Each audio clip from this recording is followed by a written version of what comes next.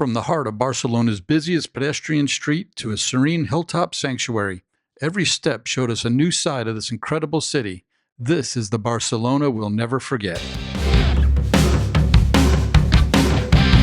Hi, we're Gary and Missy, two full-time travelers exploring the world 1 month at a time. This week, we go from Las Ramblas to La Boqueria to the Sacred Heart of Jesus, a lesser-known site that you just have to see to believe. We'll start off on Las Ramblas, or La Rambla, whichever you prefer, either is correct. The main boulevard runs roughly north to south and is actually a collection of 5 different boulevards: Rambla de Canaletes, Rambla dels Estudis, Rambla de Sant Josep, Rambla dels Capuchins, and Rambla de Santa Monica. Las Ramblas divides the Gothic quarter on the east from the El Ravel neighborhood to the west, and connects Placa Catalunya in the north to the Christopher Columbus statue to the south. If you are coming to Barcelona, you definitely need to visit La Rambla. Take a stroll down it once, maybe twice.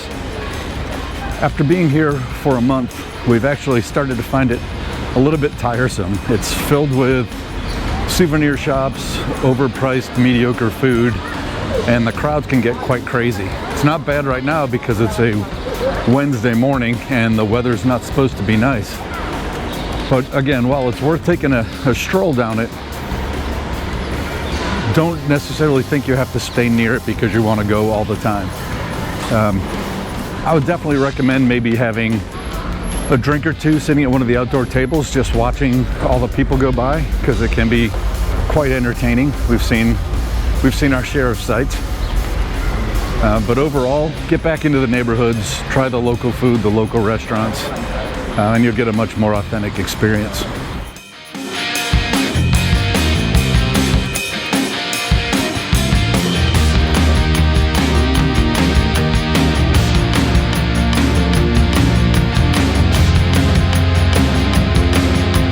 As we mentioned before, on the north end of Las Ramblas is Placa Catalunya.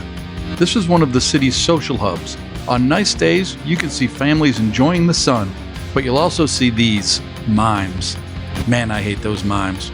If you see them, be careful. They'll run all kinds of scams to get your money. Here you can see one arguing with a father in front of his son about not being paid enough for a simple balloon.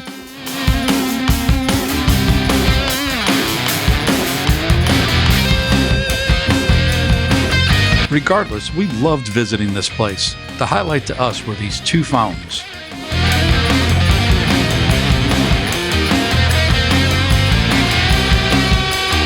Together, they made for the most beautiful subway station entrance either of us has ever seen. Now let's head to the south end and the Christopher Columbus Monument.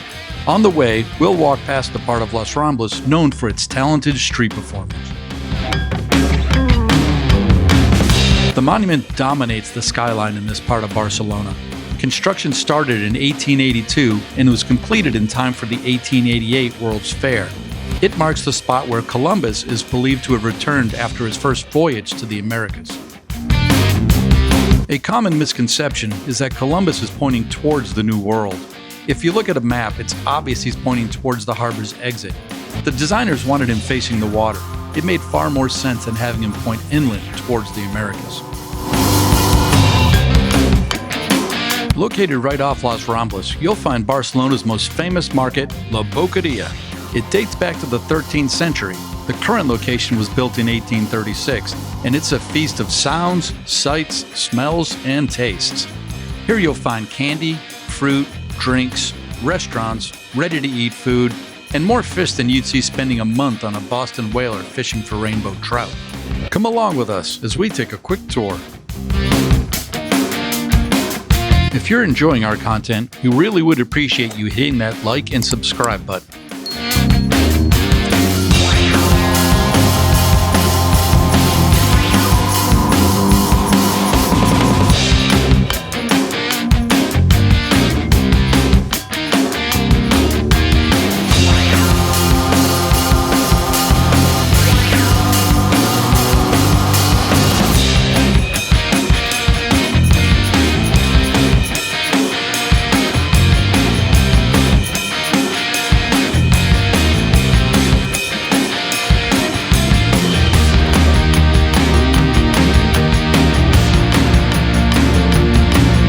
Back on La Rambla, we noticed another square hidden down this walkway. It led to quite a surprise. You can reach it by other routes, but this was the most direct for us. As we exited the hallway, we were surprised to see a Roman cemetery from the 1st to 3rd century. We watched a lot of videos about Barcelona before we got here, and none of them mentioned this. Back when Barcelona was the walled city of Vecino, burying people inside the walls was against the law, so they were laid to rest out here. The cemetery was covered up in 1588, but rediscovered when groundwork was being done between 1956 and 1959. Seeing this is definitely worth your time. Finally, we leave the craziness of La Rambla and head to a much less frequented area. I spotted this while walking back from Park Güell, and a little research showed it to be the Sacred Heart of Jesus. This was too long of a walk, so we decided to take the L3 metro line from Liceu to Catalunya, then transfer over to the L7 line towards Tibidabo. We left the station and walked just a couple of minutes to the 196 bus, which luckily arrived just as we did. The bus comes every 15 minutes and took us to the Mount Thibodeau funicular. The funicular is fantastic and the ride is worth it for the view alone.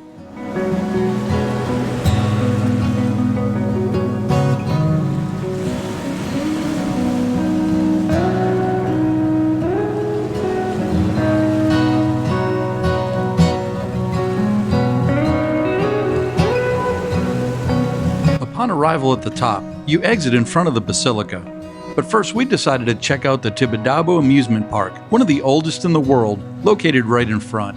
The views and the rides, some of them vintage, were really cool to see.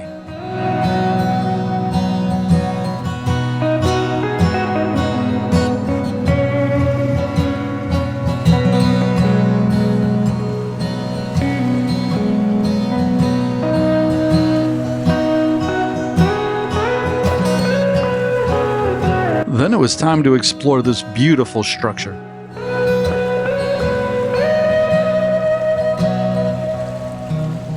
We're standing here today in front of the Temple of the Sacred Heart of Jesus. It was built between 1902 and 1961, with the Jesus statue on top put in at 1950. It was originally constructed by Henrique Saunier, I'm probably butchering his last name, and completed by his son Josip. It really is an amazing structure. I put it right up there with the Sagrada Familia in its spectacularness, I guess, if that's a word. And it's definitely worth the trip out. It takes about 45 minutes from the Gothic Quarter to get here, and it's worth every second.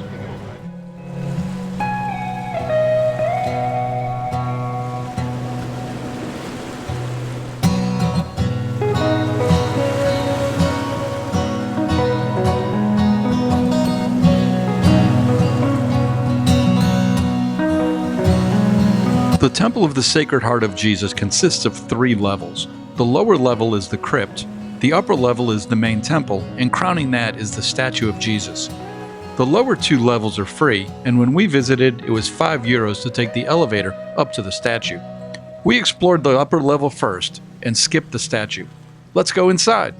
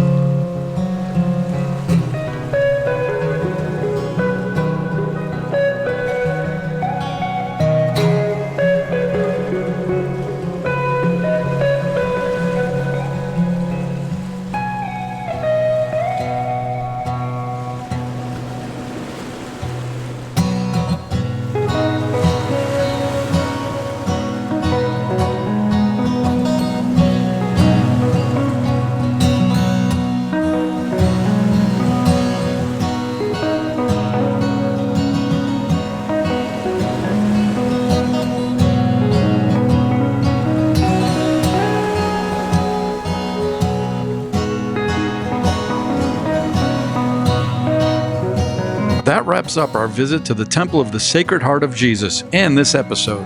Thanks so much for spending a bit of your day with us. We truly appreciate it. If you enjoyed this adventure, don't forget to hit that like button and subscribe. It really helps YouTube share our videos with more people who love exploring the world. Want to learn more about us or keep the journey going? just click one of the links on your screen. We can't wait to travel with you again in the next video.